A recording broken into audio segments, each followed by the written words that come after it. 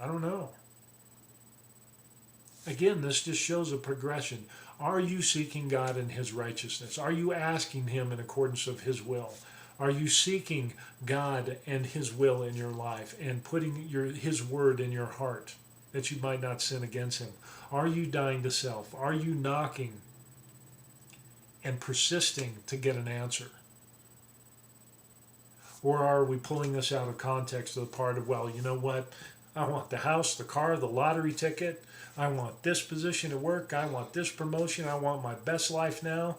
But don't touch my life. Don't confront me of sin and my behavior and my words that don't measure up to your word.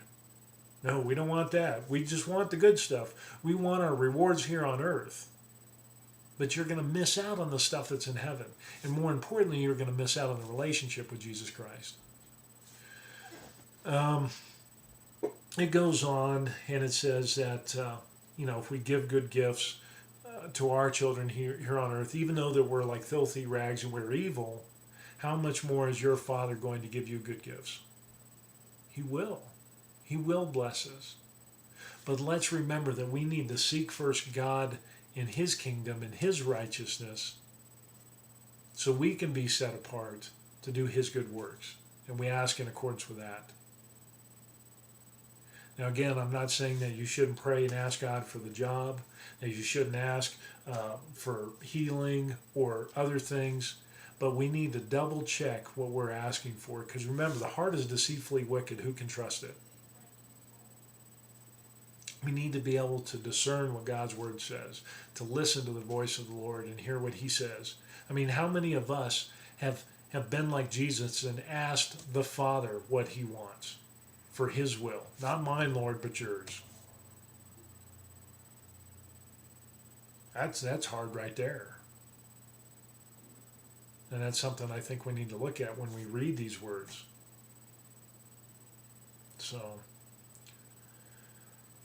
it says, in everything you do, do to others what you would have them do to you, for this sums up the law and the prophets. It's just like that woman who is coming before Jesus saying, my daughter is demon possessed, Lord, heal her. It is totally selfless.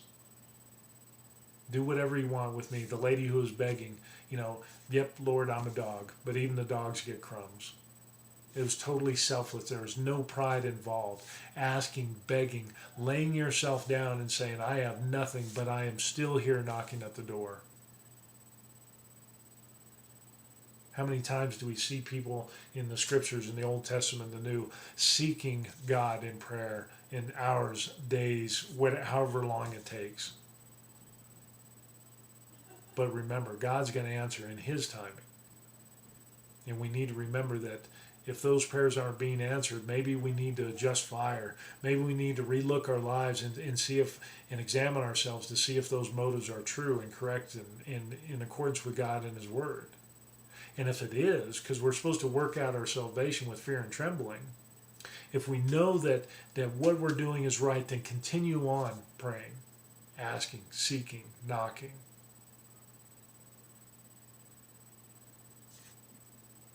The only other thing that I would bring out to ask yourself, and this applies to me as well, and it hurts,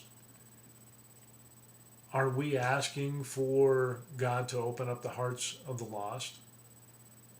That to give us the words to be the salt and the light on this world to those who are dying?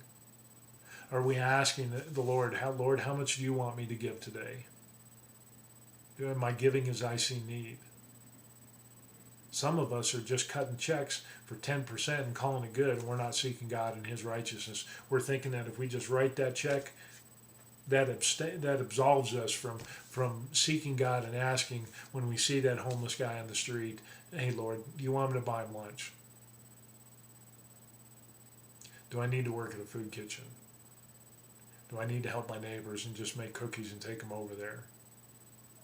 Do I need to pray for my boss and the people that I work with, or go shooting with, or play football with, or golf, or whatever?